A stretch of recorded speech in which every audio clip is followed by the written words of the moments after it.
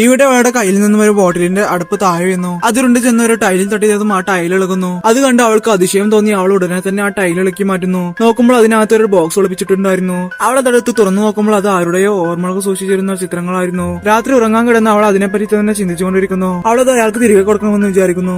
അവൾ വീട്ടുടമസ്ഥയോട് അവളുടെ പേര് ചോദിച്ചു മനസ്സിലാക്കുന്നു. അവൾ തന്റെ അഡ്രസ് ബുക്കിൽ നിന്ന് ആ പേരുള്ള അഡ്രസ് എല്ലാം കണ്ടുപിടിക്കുന്നു. എന്നിട്ട് എല്ലാ അഡ്രസ്സിലും പോയി നോക്കുന്നു. അവൾക്ക് എല്ലാ സ്ഥലത്തും ചെറുപ്പക്കാരെയോ സ്ത്രീകളെയോ ആണ് കാണാൻ സാധിച്ചത്. ഒരു ദിവസം അവളൊരു വയസ്സായ ആളെ കാണുന്നു. അയാൾ അവൾക്ക് കറക്റ്റായ അഡ്രസ് കൊടുക്കുന്നു. അവസാനം അവൾ ആ ബോക്സിന്റെ ഓണറിനെ കാത്തു നിൽക്കുന്നു. അയാൾ ഒരു ഫോൺ ബൂത്തിന് മുന്നിലൂടെ നടന്നു പോകുമ്പോൾ അവിടെയുള്ള ഫോൺ റിംഗ് ചെയ്യുന്നു. അയാൾ ആകാംക്ഷ കാരണം ആ ഫോൺ എടുക്കുന്നു. അപ്പോൾ ഉടനെ തന്നെ അയാൾ ഫോൺ കാട്ടി ചെയ്യുന്നു. അയാൾ ഫോൺ തിരികെ വെക്കുമ്പോഴാണ് അവിടെ ഇരുന്ന ബോക്സ് കാണുന്നത്. അയാൾ അത് ഉടനെ തന്നെ തുറന്നു നോക്കുന്നു. അതിലെ ചിത്രങ്ങൾ അയാളെ പഴയ കാലത്തിലേക്ക് കൊണ്ടുപോകുന്നു. അതിനുശേഷം കുറച്ച് സങ്കടത്തോടെയും സന്തോഷത്തോടെയും അയാൾ അടുത്തുള്ള ഒരു ബാറിലേക്ക് പോകുന്നു. പക്ഷെ അവൾ അയാളുടെ അടുത്തിരിക്കുന്നത് അയാളെ ശ്രദ്ധിക്കുന്നില്ല. അയാൾ ബാറിലെ വെയിറ്ററിനോട് ഇന്ന് തന്റെ ലക്കി ഡേ ആണെന്ന് പറയുന്നു. അത് കേട്ട് അവൾ വളരെ സന്തോഷത്തോടെയും തൃപ്തിയോടെയും അവിടെ നിന്ന് പോകുന്നു.